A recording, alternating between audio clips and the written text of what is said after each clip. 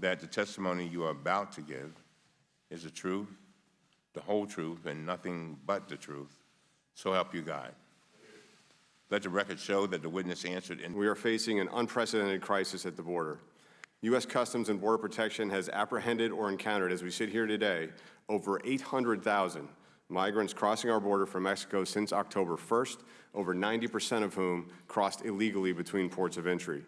Over 450,000 of these apprehensions and encounters were members of family units, and over 80,000 were unaccompanied children.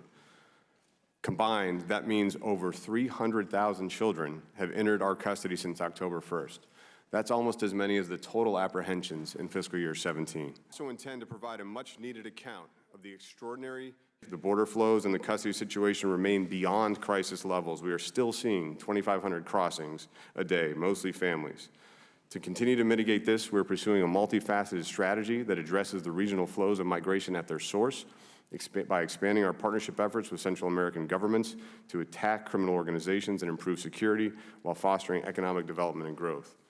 Fundamentally, however, a durable solution to this crisis lies with Congress, with targeted changes to our immigration laws that we need to enhance the integrity of our immigration system and eliminate the gaps in our legal framework that incentivize families and children to take this dangerous journey. We need to enhance the integrity of our immigration system. Under current practice governed by both executive and court orders along with operational guidance, separations of parents and guardians and the children they cross with are rare and are undertaken in the best interest and safety of welfare of the child. In closing, I feel compelled to address current public rhetoric surrounding the ongoing border security and humanitarian crisis. The incendiary and overwrought attacks on the men and women securing our border and enforcing the immigration laws in the interior are unwarranted and damaging.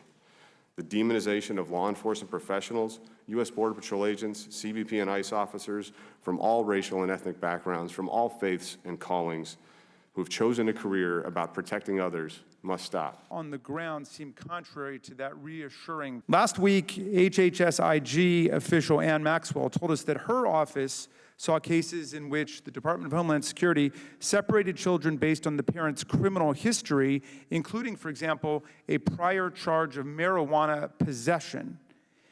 Mr. Secretary, does a parent's prior charge for marijuana possession justify taking his or her child away? So I want to start with the rare portion of this. Fewer than 1,000 juveniles have been separated from their parents crossing the border this fiscal year.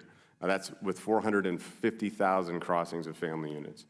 This is carefully governed by policy and by court order that needs to have a criminal background or issue, as you referenced, potential communicable disease or medical emergency, or risk of abuse or neglect from the parent to the child. This is in the interest of the child. It's carefully governed, it's overseen by a supervisor, and those decisions are made. And criminal history, yes, is a factor if there's an extraditable warrant or a prosecution for another offense. Okay.